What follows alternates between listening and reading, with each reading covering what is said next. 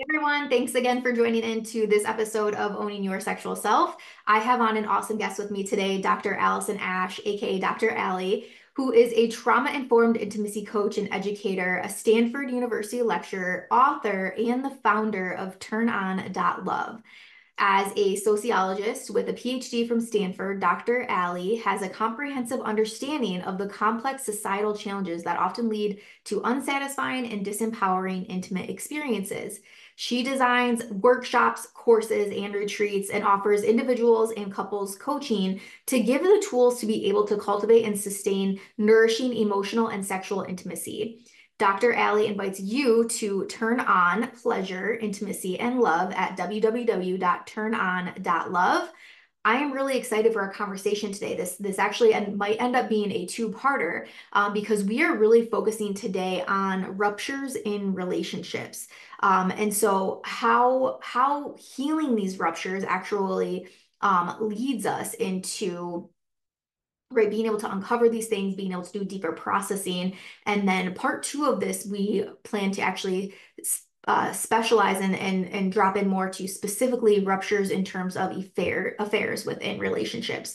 So let's jump into this. I'm excited. She's in the waiting room, so let's get into this. All right. Thanks so much again for being here and listening. All right. Dr. Alison Ash, also known as Dr. Allie, welcome to the Owning Your Sexual Self podcast. Thank you so much. Loving being here. I'm grateful you have me on your show. Yeah, I know Jordan connected with us through email, and Jordan has been a colleague and a friend of mine for quite some time. And I know she has her podcast, super successful over there. And we always exchange guests. If we have a really bomb guest, we email each other like, you have to have this person on your show. So I'm Aw, excited, and I always like to share that with people because it feels good to know that you were liked and you're a good interview guest. thanks. Appreciate that. Yeah, for sure.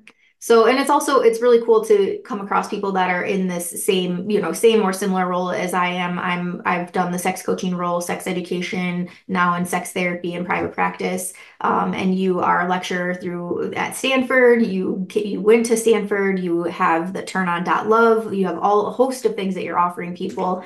And I always like to ask people where, like, how did you even get in this industry? Most of us, I don't think we're in preschool, like, I'm gonna talk about sex when I grow up. Certainly not, certainly not in preschool, though I do think I was probably the one in the friend group that talked about sex the most if I just like flash back through my memories of childhood and teenagehood. But I would say for me, it became more crystallized when I was getting my PhD. And my field is sociology. I studied in sex and gender and social psychology. And I loved teaching. I didn't absolutely love research, and I also didn't absolutely love academia. I knew I didn't want to stay homed within academia. And I was doing some really amazing research with one of my advisors looking at college hookup culture and orgasm differentials. We were actually the first to publish about the orgasm gap. And so we were doing all this incredible research. And then what happens in academia is you spend sometimes years, which we did, working on publishing research, and then it gets, if you do well, it gets press, and then you move on to the next thing. And for me, I was just like, wait a minute, there are so many juicy takeaways. There's so many insights that our research has that can help people have more empowering, satisfying, pleasurable sexual interactions. And it felt like I don't want to say waste, but certainly a missed opportunity to not take these findings and figure out real world applications that could support people. And I was moving towards the end of my PhD career and knowing I didn't want to stay in academia, I started to offer workshops outside of Stanford for the general population. And the reception was so positive. People were so hungry for it. And then I just started creating more and more workshops, oftentimes not necessarily ones that would be welcomed within the Stanford community, like how to eat pussy like a champ, for example, which is one of my more popular and somewhat notorious workshops. And so, yeah, when I finally graduated, I decided that I wanted to open my own business offering education, but then also sex and intimacy coaching. So then I went down a whole new line of education, studying different therapeutic modalities and coaching modalities, which was way more fun, a lot more experiential, and I like working with individuals and groups and seeing the impact that I get to create rather than writing something that's going to be a drop in a bucket that you never even know who's going to read it or the ripple effect it might have. Hmm. Yeah. Yeah, and I'm glad that you mentioned that spicier workshop that you do because I definitely want to have you on again in the future. That was originally what Jordan had said, like you need to have her on the show to talk about this. And then I know you were reviewing the show and you're like, no, I think there's something better like we need to discuss first to have on the show. Which yeah, that's our conversation today, right? It felt very aligned. But that's yeah, I have similar experiences in going through my own, studies and whatnot here through sex therapy and sex education. It felt almost like you could do it and it was okay as long as it was within these guidelines. And so when I started doing more into the coaching role, I just felt like that opened up so much opportunity for what I wanted to talk about. And I think, yeah, through a lot of people, a lot of family members, a lot of friends for a loop of like, going to my husband, like, do you see what your wife is talking about on social media? I'm like, yeah, like people, as you said, it's like people are hungry for this information. And for so long, we've been shamed about this stuff, right? So if somebody's willing to step up and take the platform and talk about this, it's like build it and they will come, literally. It's so true. And I'm very fortunate to have supportive parents. I mean, my mom has told me repeatedly how she wished that she could have this education when she was younger. My dad once told me, he said, I just love that you're helping nerdy guys like me find love. Aw. It's very sweet, very tender. Yeah, very, very nice. Well, Yeah. good. Okay, so you work with individuals and with couples in the coaching space, and that kind of leads us into today's topic of these ruptures that happen in relationships. And so I'm excited to have this conversation again. I think it's a pretty hot topic. How many couples do we know that are going through conflict right now and are unsure how to navigate it? And as you said, you have a formula that you'll share with us. And so I very much look forward to this episode being a resource for people and even for myself. I hope that I will also, I'm sure, learn some things today. Yeah, to say that ruptures are universal in intimacy. I think that fear of having ruptures and conflict is one of the biggest barriers to intimacy that keeps people self-protected. And what I always like to tell folks is rather than doing all of the mental and emotional gymnastics to avoid any possibility of conflict or ruptures, it's much better to be comfortable navigating them and repairing them. Oftentimes, a rupture happens when it wasn't even your intention, but you still have a harmful impact. And so there's really nothing that you can do to avoid hurt feelings in intimacy. Intimacy is messy, and we're opening ourselves up and we're being vulnerable, and that does open us up to being hurt. And I also really think of rupture as repairs. Pardon me. I think of repairs as an investment in relationships. Mhm. And because we don't repair if we don't care about the relationship. And then for that reason, having successful repair conversations is one of the best ways to build trust and intimacy and safety. I know that for me in new relationships, not just romantic relationships, any kind of new relationship, I'm somewhat holding my breath till we have our first rupture and repair because I want to know that the other person has both the willingness and the ability to show up and to withstand those inevitable relational challenges. Mhm. Yeah, I was just having a conversation with somebody just the other day around this thought of, right, in a relationship when a couple will say, oh, we never fight. And I'm like, that's not necessarily the best thing, right? Like, not to say that you should fight to get to the point of yelling and arguing and screaming at each other, but, right, conflict is very normal, as you're saying, in relationships, it's bound to happen. So, in relationship, right, and I think if you dive into attachment and what a person's attachment is it secure, is it insecure? That fear, I'm so glad you named that, the fear of, okay, what does this mean for my relationship if conflict happens? And just the fear of like, yeah, is the person going to leave me? Am I going to want to jump ship? Am I going to get the relationship ick? What is something that came up in this conversation the other day?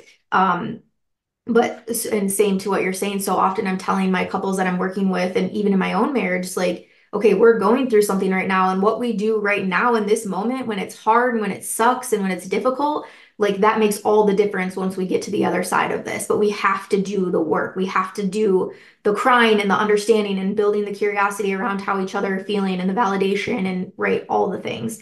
Um, That's right. Oh, yeah, but it's hard. Relationships are hard, right? No one tells you that. It's we see in the fairy tales and Disney movies, right? It's just all like unicorns and rainbows, but that is not reality by any means.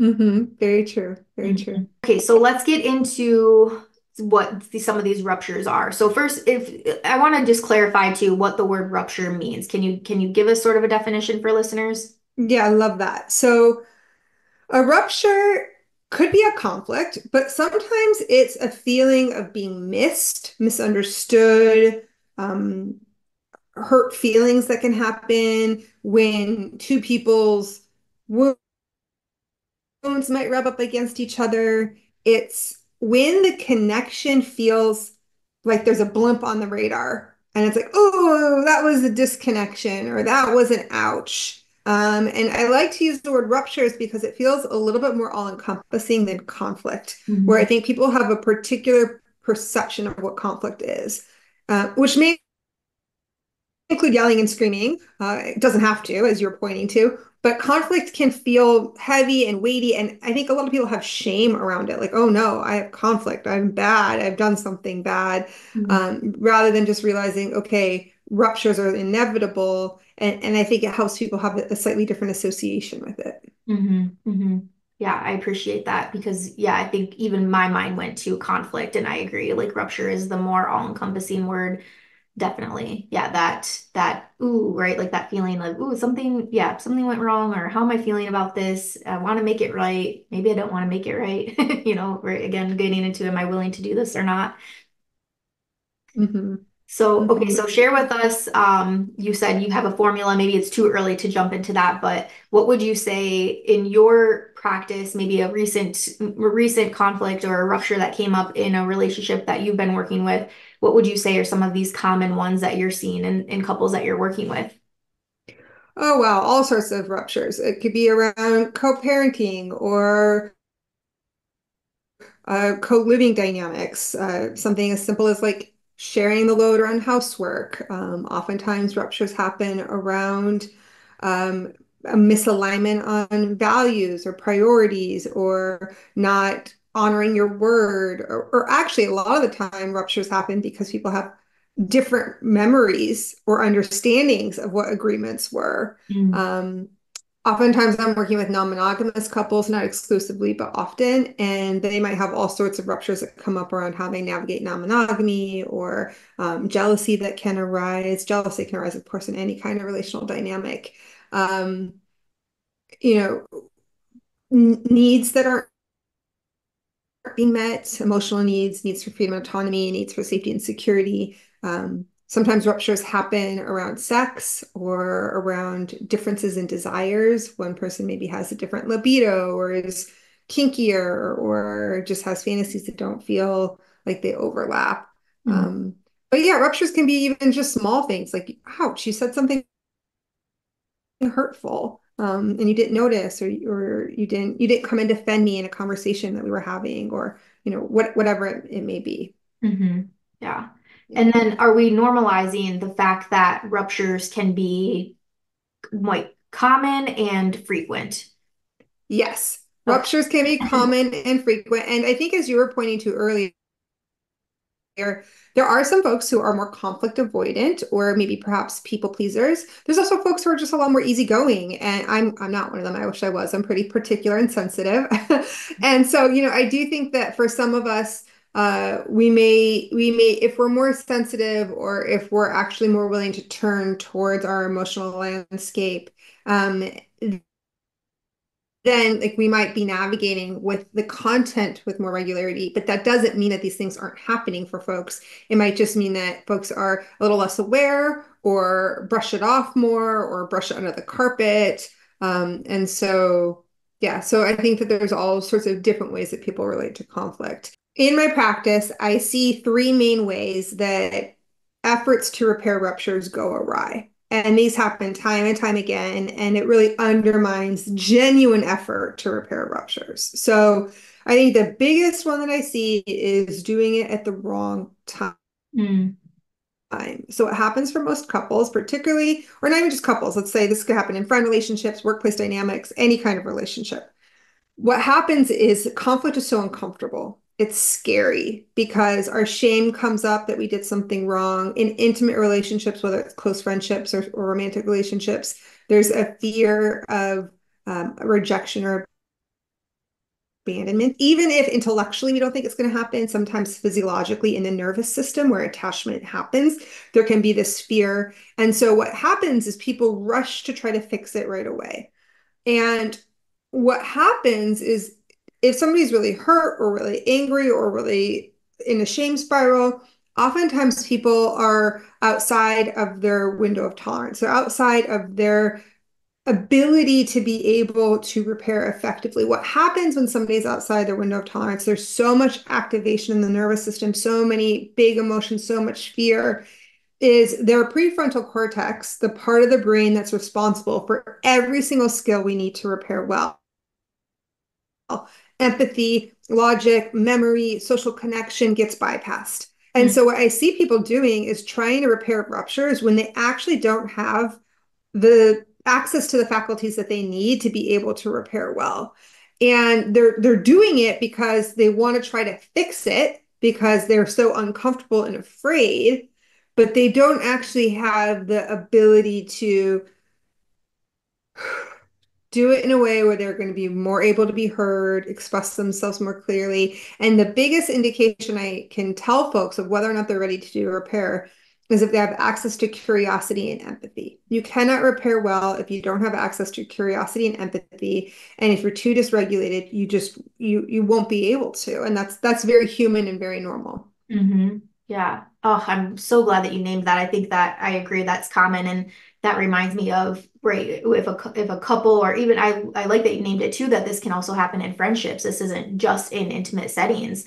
But right, there's the people, the one person that's like, no, we need to talk about it now. We need to hash it out now. Let's not go to bed mad, right? Like that sort of mentality. And that other person might be saying like, no, I need the time to process. I need the time to be in a better space to have the conversation. And then I think where a lot of couples go wrong is that they honor that space and then they never come back to it. Which is, Yes. yeah, it's the hard part. It's like, okay, I don't really want to do One this. of the things I always tell folks, Go ahead. sorry, I cut out, I wasn't sure. That's okay. Go Um, ahead. One of the things I always tell folks is if you need to take space, if you need to take time to regulate your nervous system, schedule when you're going to come back to the conversation. For Mhm. the person who's very anxious and wants to try to repair right away, it's going to be uncomfortable no matter what. But if they know tomorrow night, Tuesday at noon, whatever it is, we're going to come back and talk about it, it's so much easier for that attachment system to trust that the repair isn't going to be ongoing and cause some kind of harm that's irreparable. And what I say is if Tuesday at noon when you're scheduled to come back for the conversation comes and you're still not ready to have the conversation, you still show up and say, I'm committed to repairing, but I just need more time. And then you reschedule again. And I think that that's the difference between taking space and avoiding. Mhm. Yes, 100%. And I like that too, because we naming that time and being very clear on the time. And I like that you said Tuesday at noon versus like, we'll talk about it tomorrow, because then right, tomorrow, there's a whole host of times that tomorrow is going to take place. And then I always tell couples too, and I tell me if you agree with this, but if I'm the person that needs a space, or I'm the person that's causing or calling for the halt or the pause or the whatever you want to name it, it's my responsibility to then like initiate that we're coming back to it. It's not on the other person to, right? Because I think in that case, like the other person is trying to honor that other one's space. So would you agree with that approach as well? I would definitely agree with that. And I would also say, I think it's the responsibility of probably both parties, but certainly the person who needs more space to take that space intentionally and to do the kinds of things that are going to help regulate their nervous system and process how they're feeling so that they can come back towards that repair conversation well equipped. So that might look like engaging in self-care. It might look like getting support from an external party. It might look like journaling and I like to do voice notes. Actually, it's easier for me than journal, but whatever it is, so that you can have a cathartic experience, so that you can understand how you're feeling. And you don't have to no longer be angry or upset, but you do need to be able to hold your anger and upset with still having access to curiosity and empathy for the other person's experience. Mm-hmm. Yeah. Gosh, yeah. I feel like I'm I say these same things all the time. I'm like, I'm glad to hear from you. I know that, again, you're a lecturer at Stanford. Like this makes me feel good that what I'm providing to people is legit and I'm on the right path with things. So Yeah. that is good. I feel very validated. Sounds like you, as do I. It's nice when you meet another professional who's on the same page with you. Mhm. And so, okay, so you mentioned there was three things. So the first one being the wrong time. What would the other two be? The second one is realizing that there's a difference between emotional conversations and practical conversations. And this is something that I work with folks around in any kind of relational dynamic, including in corporate settings, because I think what happens is a lot of conversations will start practical and turn emotional. And these are actually two different kinds of conversations, and they require two different kinds of responses. And what happens when one person is having an emotional conversation and the other one is having a practical conversation at the same time is they're having two separate conversations and they're missing each other. And when there's emotional content, you're in an emotional conversation, and most repairs are emotional conversations. And so the appropriate responses are curiosity, empathy, reassurance, validation, normalization. These are all the responses we want to have for an emotional conversation. Practical conversations are about problem solving, logistics, forming agreements. And a practical conversation is often also necessary, but the emotional conversation always has to come first because A, you're going to be getting really essential information that's going to better inform the practical conversation. And B, the ways that the folks involved will relate to the practical conversation will be entirely different if they feel heard and understood and empathized with. And and so I think identifying when we're in emotional terrain versus practical terrain is important. And I think because conflict is so uncomfortable, and because I think we socialize and condition people, especially particularly people who are socialized to be men, are to try to fix things. And maybe we don't have the right education on how to empathize and just hold space and be with emotions and feelings. People rush way too quickly to the practical side of the conversation. Mhm. Yeah, and I think it's a helpful practice too when you're going into a conversation for people to also be upfront. Like, I just need you to hold space in this. I don't want to go into problem solving yet. Or I need, right, like being able to state their needs. I need to feel validated. I need to feel heard. I need really a hold space, which sometimes people don't understand exactly what that means. But I think, yeah, I 100% agree. And so if this is happening, if a couple or somebody in that's in the conversation, this notifies or is aware that this is two different conversations happening. One is being practical, one is being emotional. How do you address that without kind of stirring the pot or right defensiveness coming up or whatnot? Yeah. Well, the first thing is to make sure that we validate emotions. Emotions don't have to be practical or logical, and they're valid in themselves. And I think helping people learn exactly what you said, how to hold space. What does it mean to practice listening and really make sure that the other person feels heard and understood and that you understand Mhm. their subjective experience and how they're relating to what happened. Empathizing, which I think is one of the most, if not the most important skill in human relating. And I think, unfortunately, most people don't know how to empathize well. When people empathize, they tend to do Me Too statements, trying to find a sense of relatability, or they'll do at least statements and trying to reassure somebody in a way that kind of suggests they shouldn't feel how they're feeling. Or they'll offer explanations, which again communicates you shouldn't feel how you're feeling because of this explanation I'm offering, Mhm. rather than really being curious about how they're feeling, being curious about the impact of how they're feeling, connect with that in your own body, know what it feels like to feel hurt or misunderstood or rejected or ignored or deprioritized or whatever it is. And even if that experience wouldn't make you feel that way, you still know what that emotion feels like. And if you can connect with that emotion and you can express that you care, that you get it, and that you care. And I think what helps people hold space is to realize that there's the difference between intention and impact. And Mhm. so if you're telling me about how I've impacted you and that wasn't at all my intention, the momentum is for me to try to explain my intention because I think that's somehow going to fix how you're feeling. But Mhm. instead, if I can say, okay, that wasn't my intention, and this is how it impacted you. I want to understand how it impacted you. Oh God, that sounds really painful. Oh, that makes so much sense why you would feel that way. Like, and not even just necessarily rushing to the I'm sorry's, but like, tell me more. Oh, I get how that impacted you. That makes so much sense. Like, that's holding space. And the other person is going to feel like if you're able to do that, that's the connection. That's the way to start to rebuild the connection that's experienced the rupture. Yeah. Yeah. Again, thank you for offering clarity to that. I think that's so important. And it like especially like that you named the not getting to the I'm sorry. I think so often people jump to that right away, right? And I think that's the either the people pleaser or the wanting to avoid the conflict, but right, the I'm sorry, let's just get this over with and move on. But yeah, that I think that holding space and truly I like to when I'm working with people, I like the phrase of okay, what else? The tell me more.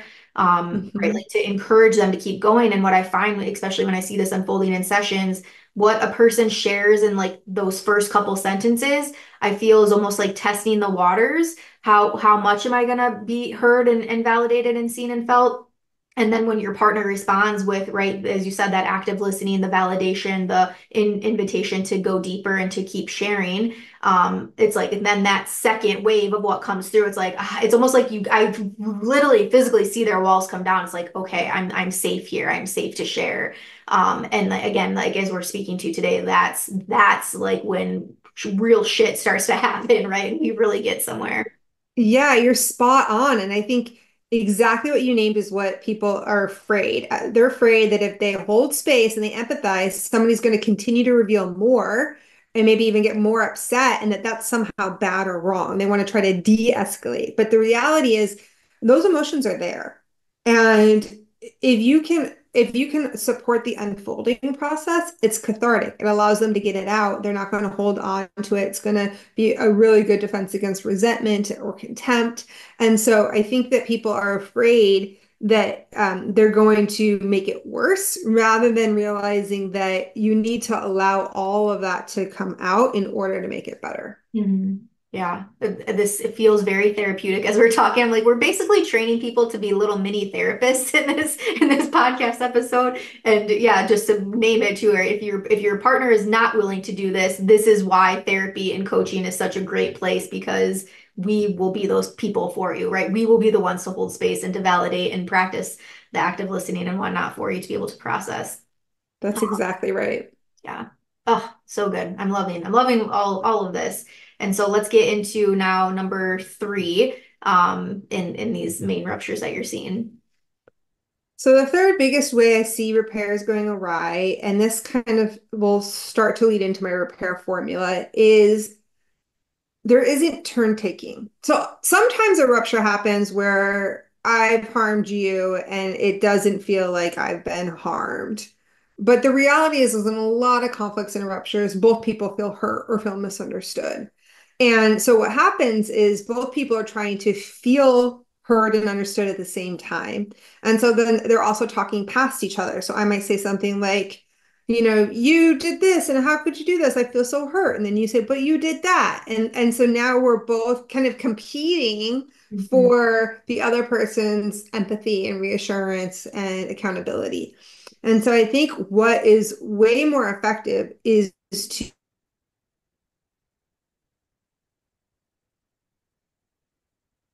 their experience, using a lot of I statements, really being vulnerable, talking about feelings and impact. The other person is going to first practice active listening, making sure that the other person feels heard and understood, that you're getting their experience right, that you're emphasizing the right pieces, that you're on the same page. And remember here, there's two subjective experiences. There's no one objective reality. So Mhm. your job is to understand their subjective experience to the best of your ability, reassuring yourself you're going to have your own turn to share your own subjective experience. So yeah, so the first piece is active listening. The second piece is to empathize. The third piece is to take accountability. What, if anything, can you own? And realizing that there's ways that we can all be challenging to be in relationships, at least sometimes.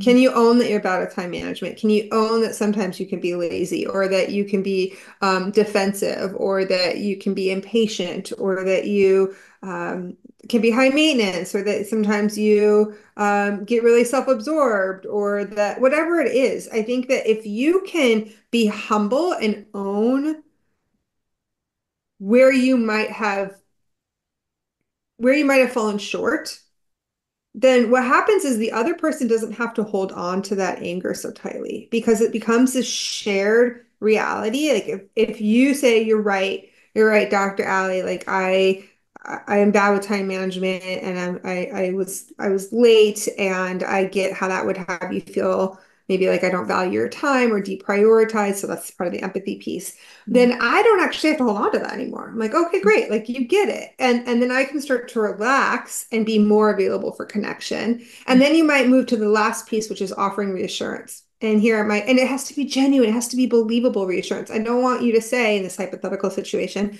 I'm never going to be late again. That's not possible. But maybe you could say something like, I do value your time, and I get how special our connection is. And I understand the impact of me being late, and my intention is never to have you feel deprioritized. And, getting to spend time with you is so valuable for me, right? Genuine reassurances that's not putting a bow on it, making it all better and trying to fix it, but it's just helping to address the wound and the fear that came up for me that you wouldn't know if we didn't do the first few steps, that gives you the information so that you know what to be accountable for and what to empathize with and what reassurances are going to be helpful. Mhm.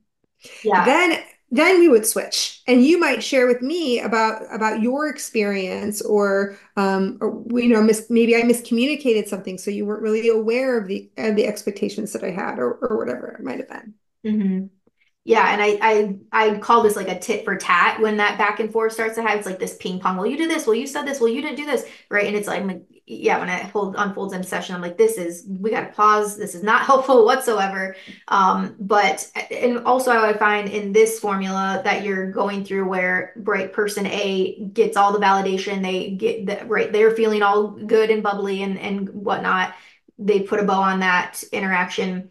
Then I almost wonder if whatever that thing was that person B was trying to come at in the beginning is even still present, because I wonder if it's sometimes they're just using that as a defense mechanism to take that pressure off of them and to put it back onto the other person. And not to say, right, I'm sure in a lot of cases there's actually a thing that person B, has a quirk over, but yeah, I just wonder, it's like when you can do conversation well, does that thing is that thing as big as it seemed in the beginning of that conversation is kind of what I'm getting at. Does that make sense?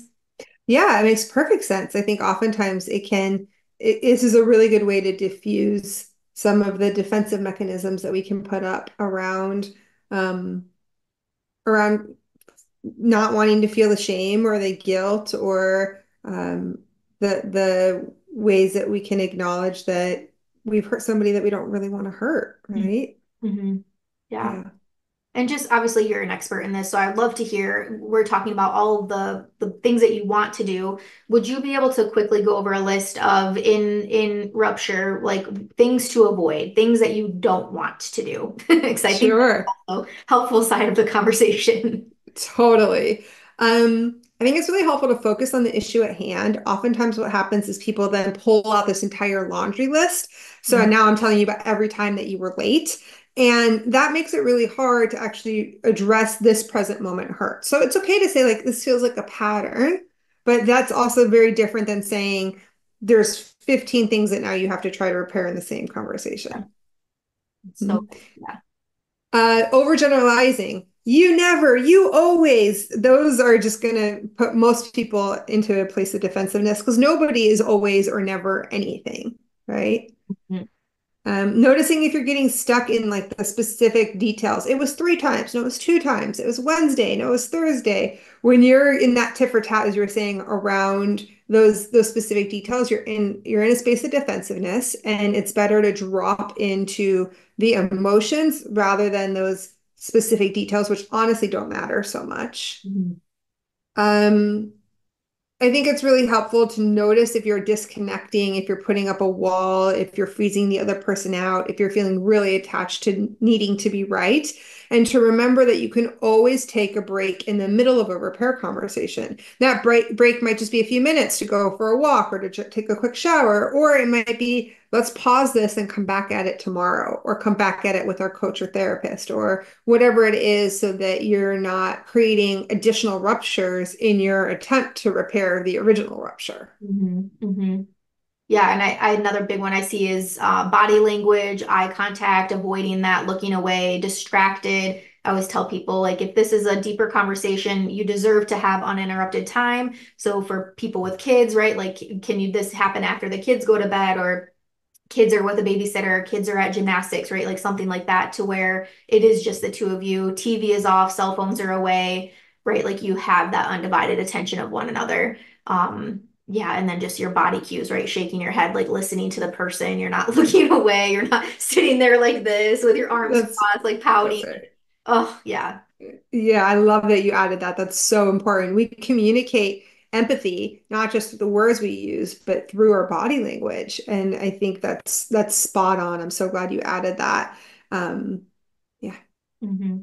Another thing, so I have a communication guide that I share with people as well, and a lot of these things are on here. And another thing that I share from this, and I think I actually got this from Vanessa and Xander Marin's book on sex talks. And in that book, she talks about kind of sharing your fears up front when it comes to a rupture. And so a simple statement going into this, like, I'm nervous to share this, or I'm scared if I share this, it's going to upset you. I'm scared that this is going to further unpack a previous argument, right? Like, but being very forthcoming with that emotion that you're feeling going into it, or fear, right? I think that also helps to immediately disarm that other person, because, right, if my spouse comes to me of like, I'm scared you're gonna get mad if I tell you, I'm doing my damned possible to not get mad, right? I'm like, okay, I need to get in check. I don't want to make your fear come true, because I love you. You're my person.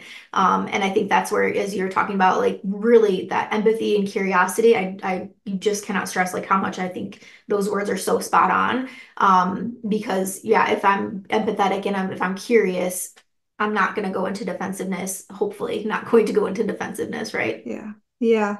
And I think also saying, I want to share this with you because I want to be closer. Or I Mm, want to share this with you because I want us to understand each other better. Or I want to share this with you because I don't want disconnection with you and I want to hold on to this. Reminding them that you're doing this because you desire closeness, not because they're bad and you need to punish them. mm, Right. I think that that's helpful. And to reassure ourselves. I can't tell you how many times when I'm having a repair conversation, I am soothing myself during that repair conversation, telling my own inner critic that it's okay to make mistakes, or ruptures happen inevitably, and that to not let my own fear of not being perfect prevent me from owning my impact. Right. mm-hmm. Yeah, and just ending, like, we're all human. We're all going to make mistakes. There's, again, normalizing rupture in relationships, whether that be intimate friendships, with parents, with siblings, right? All these different dynamics that ruptures can occur. Um, yeah, just I think this might, I don't know if this might be a good place for us to pause it and to go into part two of this, but yeah, just normalizing we're human. We're going to make mistakes, and that's okay. And again, it's like, be willing to do this part of the work. Be willing to have the hard conversation. Yes, and I think the last thing that I would offer is I think it can be really helpful before you have the repair conversation to come up with some agreements together about how you want to navigate the conversation. Like, we're not going to yell, and if we get too upset that we're having a hard time speaking calmly, we're going to take a break. Or we're not going to interrupt, but if I feel like confused, or I need a break, or I have a question, I'll just put a hand up Mm, rather than interrupting. Or we're going to take turns, and this is the ways that we're going to take turns. Or we're going to not offer any solutions and try to fix it. If you can come up with those agreements together and get each other's buy-in, mm, that will be really impactful for shaping how these repairs happen. And also to realize that the other person doesn't have the ability to repair well, but they do have the willingness seek support. Like this Mhm. isn't really modeled or templated for us well in society. And we learn this through having somebody hold our hand and teach it to us. Absolutely. And yeah, we learn this through seeing how our parents, handled conflict growing up or yeah. So I agree. And just before we move on, you mentioned the formula. Can you give us like the bulleted points of what this formula is? Yes. So person A shares how they're feeling. Hmm. Person B listens back, listens and repeats back. Person B empathizes. Person B owns what they can. Maybe likely more empathy will come in there. They offer genuine reassurances. Then person A shares positive impact. What really worked well for them? How do they feel? What was helpful? Realizing that nobody's going to do 100% perfect, but can you really honor and acknowledge the sincere effort person B did to be with you when you're hurt and upset? And then person A asks person B how they're feeling. Do they want to switch roles so that person B can become person A? Hmm. Wow. And listeners out there, if you want some more support, feel free to reach out to me through my website, TurnOn.Love. And I have a handout with some repair conversation guidelines and this formula that I would be happy to share with listeners. Oh, yes, please. All the things. Yes, Will be yes. going to the website myself to print out the things because this was a very refreshing, a very, as I said, I hoped that this would be a podcast to be able to share as a resource in the future, and it's definitely turned out to be that. Thank you. Yeah, and we're not done yet. This is part one, so we're going to break here and definitely check out the future episode with Dr. Ali. We're going to move into the conversation now, specifically around affairs, and that is a whole different beast, right? In the world of ruptures. So, yeah, check out the Owning Your Sexual Self podcast. It'll probably just be a few episodes after this one that you're currently listening to. And if you liked that, I would say definitely check out part two. Yes, I look forward to part two. And if you want to learn more about my offerings and work with me, you can go to my website, TurnOn.Love. I have a bunch of on-demand workshops and courses you can rent from home, including one called Repairing Ruptures in Relationships that will guide you through this repair process. I have a course called Sexual and Emotional Intimacy Skills, which is also the same course I teach at Stanford University. Awesome. I offer it, it's a 2 month course. I offer it virtually every January through March. So it's upcoming. But if Mhm. you're listening to this podcast somewhere down in the future, you can also rent that one on demand. And I'm going to offer a special $100 discount code Oh, for your listeners for the upcoming live version of this course that starts in January. So I'll have you put that in the show notes, maybe if you're open to that. yes, absolutely. I have a course for couples called Sustainable Intimacy.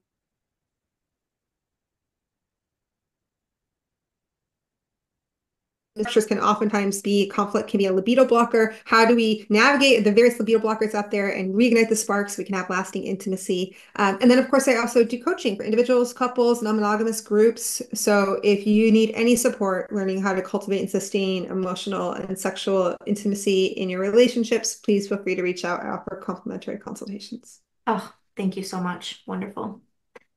Thank you.